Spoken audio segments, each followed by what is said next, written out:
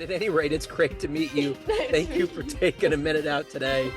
And I want to begin our conversation with looking at the calendar now. 4 years ago, the world came to a stop. We were wrapping our head around a global pandemic.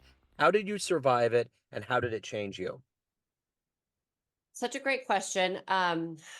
So Reno was isolated in a huge way. And so I almost want to compartmentalize it two different ways. One was my kids, because when the world shut down, literally March 13th was the last day of school. And then my kids were on break. And we Yep. hopped on a plane on Saturday and went to Hawaii, not knowing what was not knowing what was going to keep happening, right? So, we got there on Saturday, and so things started to shut down, and it was there that I feel like we felt like this craziness start to hit, where all of a sudden you had this feeling of, "Ooh, should we be like, I need to keep my distance from people. I really need to isolate myself. I don't know where everybody else has been." So this feeling came over to all of us of safety. Like I remember that feeling of like, are we going to be safe? Because we were also going to be on a plane. And then things started to shut down in Hawaii, and then we got on the plane home, and it was the first time we were all wearing masks on the plane home. And then my kids were out of school. Like my kids were, and it was, how do we work together, right, with my kids being home. And that was very difficult because my business has always been out of my house. Yeah. So in a lot of ways, me personally, my business shifted. Yes, I was doing more stuff online and I was, you know, meeting people. But for my kids, the impact, that's where I felt the biggest impact on my kids. Yeah. My husband works at a hospital. He was going into the hospital still to see people, not doing surgeries, but still going into the hospital to see patients. Um, but the impact on my kids, that was brutal. My son, it hit him the most, Yeah. I, really big. I work in the education system, and I've seen how all of that latency is kind of translated into right now. The social, educational, all of the spheres has really done some damage. And I don't Yes. know how long that's going to take to unwound or unwind, but yeah, So without saying directly, but you'll get the point. My son went online right. Yep. and started reaching out to people to make friends not in a good way. Gotcha. And that transpired into something completely unimaginable to me. Like I could not even imagine, where then we had to put a kibosh on things, Yeah. and it was eye opening. And I would tell any parent, I don't care what your kid is doing, you better be on their phone with them. Like Yeah. there's lots of great programs, be on their phone with them. Oh, yeah. And I thought I was doing a good job, but not good enough. Right. And it ended up where we ended up in therapy, with Yeah. him. And but it has, like, what it has done to the kids, both emotionally, psychologically, how they connect with people, that is going to be really hard to know the full impact. Even, maybe we'll really see it 10 years, but I mean, I see it now, Yeah. but it's going to be a longer term effect. We're still too close to it right Yeah. now, I think. Yeah. So at the end of the day, everything on paper makes sense with what you do, but let's get to the brass tacks. If I put you in front of a bunch of third graders, it's career day. One of the Yeah. kids says, "Hey, what do you do for a living?" How do you answer that child? How do I answer that? Well, I'm not going to tell them what I would normally say. But I would say that as I coach people to get things done in their business and to move forward and create more income and more happiness, both in their business and in their life. What did you want to be in the third grade? What did I want to be in the third grade? I think I wanted to be a pediatric doctor, nurse of some sort. And I think Okay, I said nurse at that point because I'm 55 and I was like, "Oh, I can't be the doctor because I'm a nurse."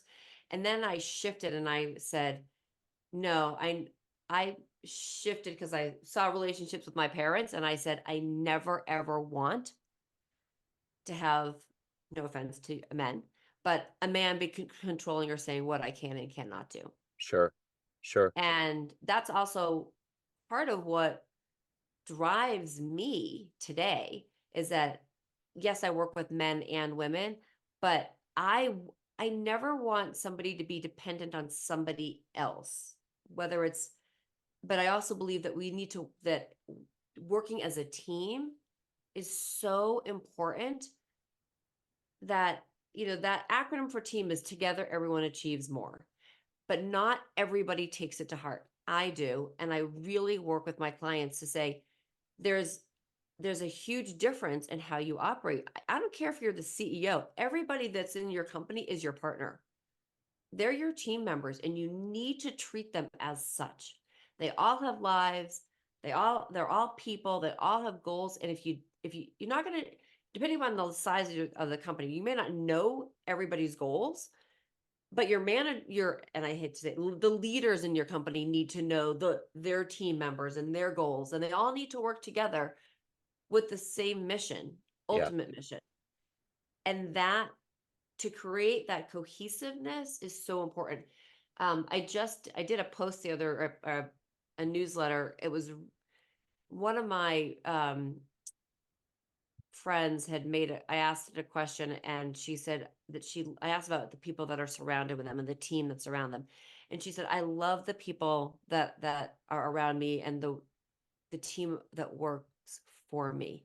And it was like nails on a chalkboard, right? So to me, the biggest thing you can say, if you're saying the word for, no, no, no, nobody works for you. They work with you. They're your team members. And it's a semantic in a word, but it can change a huge amount of culture and how people interact. So how did you get to this point? Take me back to where you're born and raised and how you got this capacity to want to help people get to where they want to be. So my story is kind of, I started in Massachusetts and I my background when I was a kid, I was probably the most insecure human being on the face of the planet. Lots of reasons why. Um, and then I I went to college and I when I got out of college, I knew what I wanted to do, but I was always searching for this mentor or this guide or this somebody, I guess you could say, who was going to take me by the hand and like say, okay, like let's map out your path and always stay on track. And I never had that. And I would look at some of my friends who in different careers had that. And so slowly I was obviously doing this for myself. And I had a great career in magazine publishing. I loved it. Did direct marketing, consumer marketing. I've launched magazines, but I also learned to work with a team. And there was things that you just don't learn in college that you get in the real world. So fast forward, I've I've gotten married, I've got kids, and I'm working in the career. And I wake up one day and I'm just like, this just is not fulfilling. And I literally called the CEO of the company. I was VP of sales, and I just said I quit. Like, and then I called my husband. And and he's like, "What did you do?" And I said, I just can't do this anymore. It's like going through the motions. I can't fake things. I'm that's not who I am. And so I got into um what happens with I think a lot of people when they I got into network marketing, and I found what I loved in network marketing was that my love for coaching and helping people really came out. And I was growing these teams, but what I loved the most was helping people believe in themselves and to grow. And that's when I made a shift and I said, I'm going to do this full time. This is what I'm going to do for the rest of my life. Um, and went and got my coaching, went to a bunch of different schools and became certified with, coaching. And it's the most rewarding thing to me, for me, when I hear a few different things. One is you're the first person that's believed in me. When I see somebody else's success and I can see how well they've grown and gone. And when I see somebody else's business soar, because my background, because I've been in consumer marketing and because I've been in sales and I've done a lot, I I I'm not just a coach. I get to coach, I get to mentor, I get to be somebody's accountability partner. And what I wouldn't say to a third grader is I help people get shit done. So Yeah. I help them move. I help them move in their business and I hold people accountable.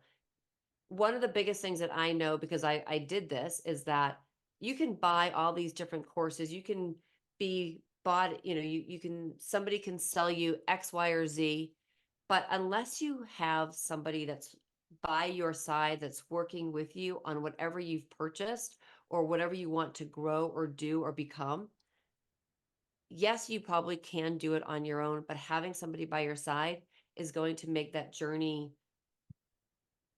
more real. You're going to realize the journey and someone's going to hold your feet to the fire. So who's been a hero for you in your life? Speaking of holding your feet to the fire and being inspired, who has that been for you? So funny enough, I hired a coach back in 2013 and uh, there were a couple different coaches.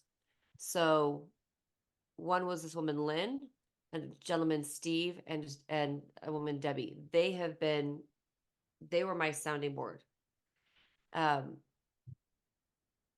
they were people that I've always that whenever something was going on, they helped me grow my business. They helped me. They were my accountability partners, and I can't say they were people that I aspired to be, but they were my partners in crime. Yeah. Yeah. Let me ask you this, whether it's business or otherwise, if you can meet one fascinating person that's alive on the planet right now and you could spend some time with them, who would it be? God, who would I want to spend some time with? Um, okay, well, there's probably a couple of people that I would say. Just because I think she's phenomenal, I still would want to sit down and have a conversation with Barbara Streisand. Yeah. I know I'm going old school. Yeah. Yeah. No, that would be fascinating. Right? I just think that what she's done in her life and where she started and where she's and where she is, I think that would be absolutely fascinating to me. Um, and then on a business front, there's a couple of people that I really admire. So Seth Godin would be one of them because he's fascinating. And when I was working in magazine publishing, we actually had hired him when he was very at the beginning stages of his career to help us. I worked at Home Office Computing Magazine and Small Business Computing. So he was, at the beginning of his, career, and I think he'd be another fascinating person to sit down and talk to. Yeah. Well, so you're talking about highly driven people here. What is your drive? What gets you out of bed every day? What gets you to excel as a professional, help others, and evolve yourself? I the idea I get up in the morning, and I even said this every time I get up in the morning, it's like, who can I help today? Whose life can I change and who can I impact? And that's what gets me up and going. I just maybe it's because I didn't have that when I was necessarily growing up, and I didn't necessarily have that in the first 20 years of my career, didn't have that person that was by my side. So I know the value of that. So that's what gets me going. Yeah. And and we all like recognition, right? So for me, the recognition is knowing when a client says to me, thank you, you have just helped me. And it could be the smallest thing. I mean, one of my clients right now, it's setting boundaries, like, and people, her clients dumping on her and being able to say to her, okay, guess what? Is is this serving you? And her coming back to me the other day, she's like, that one little tweak in a message helped me shift. Yeah. Score, Yeah. you know? So you're in the business of giving clients good advice. What's the best advice that you've ever gotten? Not to sound boring or cliche or the best advice has always been, do what you can and do it consistently. Yeah. Be consistent. That and it's small steps. You know, it's the small steps that we do every single day. You don't you don't climb a mountain by just leaping, but you take the small steps that make the big leap. Yeah. But it's consistent. And I have to say, I think it's hard.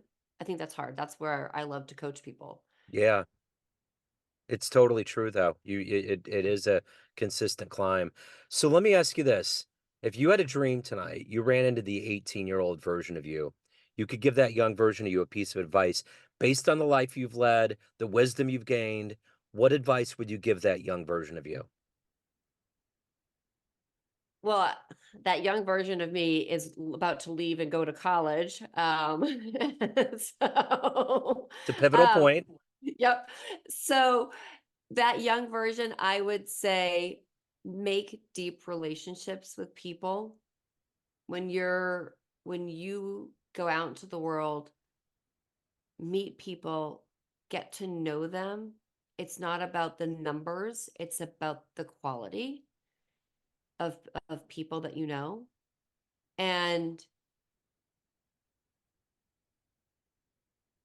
every year sit down and make a plan and look at it every 6 months or really actually every quarter. Like, where are you going? What do you want to do? It doesn't always have to be with an eye on a huge prize, but know that you're living each day or each, with a purpose so that you're not getting stuck, as I love to say, on a hamster wheel. So would that young version listen? Um, I th- Back then, if it was me, it depended upon who was delivering it to me. Yeah. Yeah. I gotcha. You Yeah. know, so just being, honest, if it was my mom saying it to me just based on careers and what she's done, I don't know if I would have listened. Yeah. I don't know if even if it was my dad, but Yeah. I think if it was somebody else in business or somebody else that, was an impact on me, I probably would have listened. I've actually had this conversation with my daughter as she's about to leave the nest. And we talk about it more deeply. And I talk to her about the reasons, like the reasoning behind it, Yeah. not just to do it and why it matters. She's going off to a great school. And I said, the opportunities there are just immense. And if I could go back to that 18-year-old when I went off to college, I didn't look at it the same way. It was almost like an extension of high school. Yeah. But so I'm trying to help her see it as something completely different. Yeah. So of all of these things that you've done with your life and evolved into at this point, what are you the proudest of? Ooh. Um, well, I mean, as a parent, I'm really proud of my kids, Yeah. for where where they have come and grown and the people that they're becoming. But in my professional life, I am most proud that I get to get up every day and help people and be a coach and do something that I love, because as you probably hear people talk about this, and you as you've interview people, so many people get up every day and they're not doing something that they love. Yeah. And that to me is, and I always want to say, if you're doing, if you're getting up every day and you're cringing about going into the office, or you're cringing, or there's like that pit in your stomach, and you're just not loving what you're doing, give me a call. I let's do a passion to profit strategy session. Let's try to figure out what what really drives you. You know, and I one of the things that I feel that I have done and I do well is I started in magazine publishing, but I can transition. Yeah. Like I could move myself, I could decide today I want to go do something else, and I will do it.